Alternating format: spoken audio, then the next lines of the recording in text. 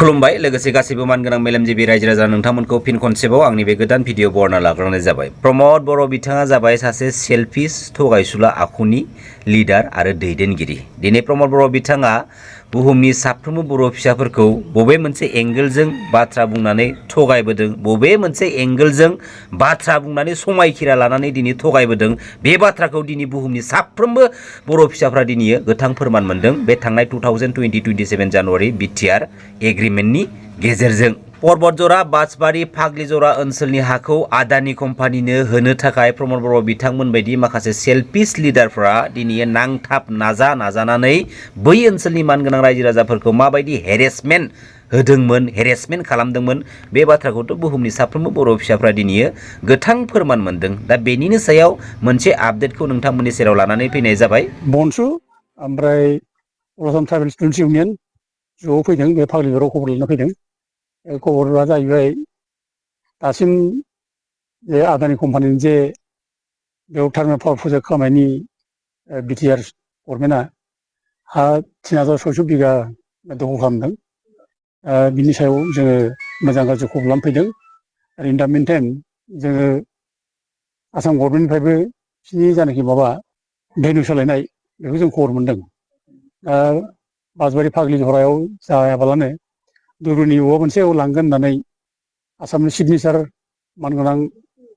हिमन्त बिश्व शर्मा बुंदों। जों मोजां मोनदों आरो इमिडियेट जाहाथे दस्रायाव लाङो थाबनो, जों बेखौ माने खावलायनो लुबैदों। मानोना बे जायगानि आफादगिरि गुन्दाफ्रा जाजानो लुबैयाखै। प्रमद बर' बिथाङा जाय समनिफ्राय दुलाराय बर' फरायसा आफादनि आफादगिरि बिबानाव थानानै जों बर' हारिनि गणतान्त्रिक लामाजों बड'लेण्ड सेपारेटेड मुभमेन्ट खालामनायखौ लिडिं खालामनो सुजुग आरो सुबिदा मोनदोंमोन। आरो बे प्रमद बर' बिथांनि लिडिं खालामबोनाय बै समफोराव मालाबाबो हासिब सुवा लानानै बड'लेण्ड मुभमेन्ट खालामबोफेराखै। जेराव दिनै प्रमद बर' बिथांखौ बुंनाय जादों जे प्रमद बर' बिथाङा मालाबाबो जों बर' हारिनि बिफा सिबिनां बड'फा उपेन्द्र नाथ ब्रह्मनि बड'लेण्ड मुभमेन्ट खालामनायखौ नुबोफेराखै बा मोनबोआखै। जायनि थाखायनो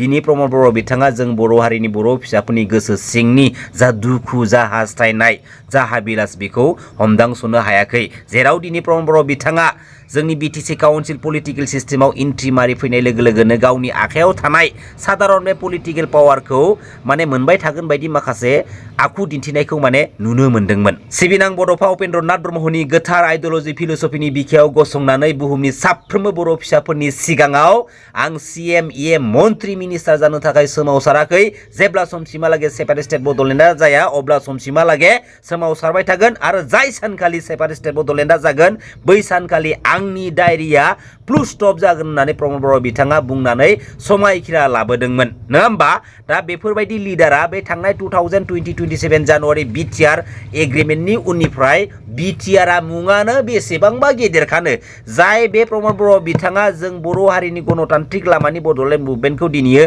डिस्ट्रय खालामबोदों। बेबायदि प्रमद बर' बिथाङा दिनै सुइजारलेण्ड बानायनायनि बाथ्राखौ दिनै जोंनि सिगाङाव बुंनानै होयो। बेबो 2 बोसोरनि गेजेराव लाजियाखसै। अट'मेटिक रायजो राजाफ्रा गावसोरनो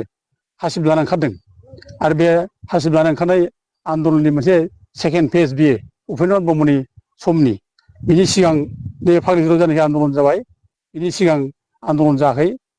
दा प्रमद बर'मोना आन्दलन खालामदोंमोन। बे प्रमद बर'नि आन्दलनाव खुनु बिदि आन्दलन जाफेराखै। बिदि खुनु जे बिदि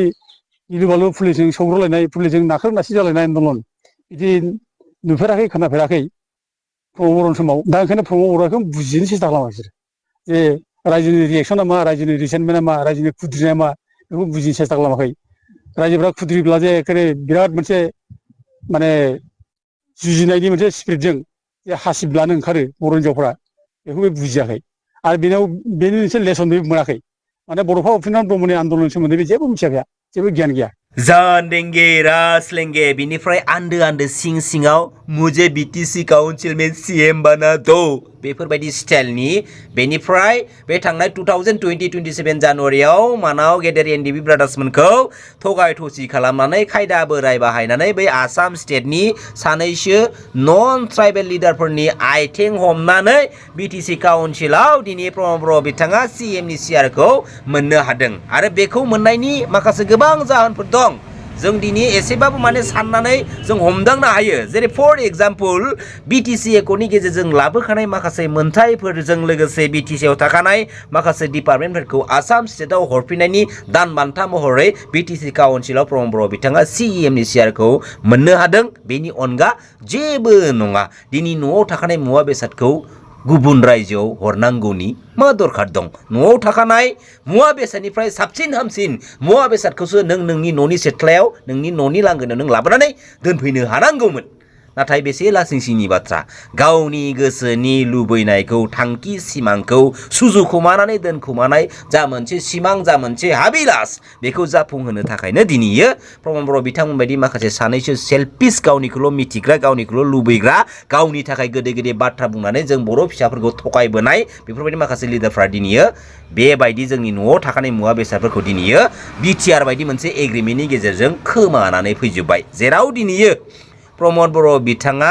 सासे डिसिनि आन्दारावसो गावनि पलिटिकेल केरियारखौ स्टेन्ड खालामनो गोनां बाध्य जानानै फैदों जोंनि बिटिसि ओनसोलाव माखासे डेभेलपमेन्टनि खामानिफोरखौ मावनो थाखाय थांखि लानायनि सिगाङावहाय सासे डिसिजों सावरायग्रोनो गोनां बाध्य जानानै फैयो आरो गोनांथि जाथारोब्ला आसाम स्टेटआव थांनानै आसाम स्टेटनि माखासे पलिटिकेल लिडारफोरजों ज' जुथुमनानै दिनै सावरायग्रोनायनि उनावहायसो माखासे डेभेलपनि खामानिफोरखौ आगबारायनो हायो मावनो हायो दिनै प्रमद बर' बिथाङा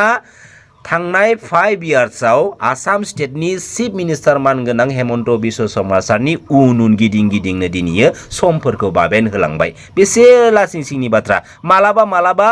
आसाम स्टेटनि चिफ मिनिस्टार मानगोनां हेमन्त बिश्व शर्मा सारनि स्पेसियेल प्रटेक्शन गार्डजोंबो नाख्लें जानायखौ जोङो निउस मिडियानि गेजेरजों नुयो नाथाय जों नुनानै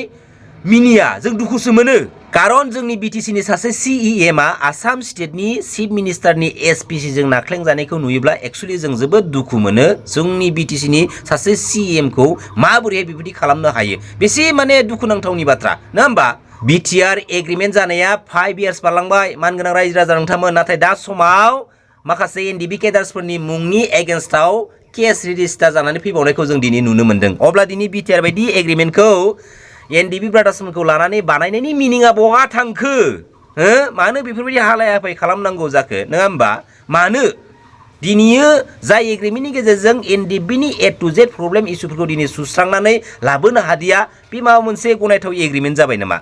बियो स्पेसियेलि प्रमद बर' बिथांमोननि पार्सनेल बेनिफिटजों बानायजानाय मोनसे एग्रिमेन्टसो दिनै प्रमद बर' बिथाङा जोंनि बिटिसि काउन्सिलाव जोंनि बर' हारिनि जालांनाय दुखुनि बाथ्राफोरखौ रायखां पलिटिकेल इस्यु खालामबाय थानाय समावनो प्रमद बर' बिथांमोनखौ सापर्ट खालामग्रा नन ट्राइबेल हारिनि माखासे मानसिफोरा दिनैयो बै जालांनाय जाथायखौ लानानै दिनै बाथ्रा बुंनो लामा मोनबाय लाइ होबाय नालाय माने लाफाखौ खाबाय जोबोद माने साननो गोनां बाथ्रा जानानै फैदों मानगोनां रायजो राजा नोंथांमोन मिथिगौ ना बे 2008-2012 नि जालांनाय दुखुनि बाथ्राफोरखौ दिनै पलिटिकेलि इस्यु खालामनानै जों बर' फिसाफोरनि गेजेराव मोजां मेसेज होनाय जायाखैथ' दिनै जोंनि बर' सिख्लाफोरखौ बर' हिन्जावफोरखौ सोर जिनाहारि खालामनानै बुथारा जोंनि बे बिटिसिआव सोर जिनाहारि खालामना बुथारा बेखौ मिथिगौना मिथिया प्रमद बर' नोंथांमोना दिनै जोंनि बर' हारिखौ थेर बेथेर खालामनो थाखाय जोंनि बर' हारिखौ डिस्ट्रय खालामनो थाखाय स्पेसियेलि जोंनि बर' बिमा माहारिनि सायाव गाज्रि नोजोर लाखिबोदोंमोन दिनै जोंनि हायावनो जोंनि बर' फिसाफोरा गोसोबायदि गिदिंनो हाया दिनै जोंनि हायावनो दिनै जोंनि बर' फिसाफोरा जेबो रैखाथि गैया दिनै जोंनि बर' बिमा माहारि सोरबा बर' हिन्जावफोरा न'नि लांगोनायाव जेखाइ लानानै ना गुरनो थांनानै जिनाहारि खालामजानानै गोन्ना हास'जानानै दिनै बुथारजाना दोनदों अब्ला दिनै जोंनि बर' हिन्जावफोरखौ बर' सिख्लाफोरखौ रेप खालामनानै जिनाहारि खालामनानै गोन्ना हास'नानै बुथारग्राया सोर स्पेसियेलि जोंनि बिटिसि बा बिटिआर ओनसोलनि सिङाव जोंनि ट्राइबेल बेल एन्ड ब्लकनि हाखौ दखल खालामनानै जायफोर नन ट्राइबेल हारिनि सुबुंफोरा बिटिसि पलिटिकेलजों रिलेटेड खालामनानै जालांनाय दुखुनि जारिमिनफोरखौ रायखां पलिटिकेल इस्यु खालामबाय दंना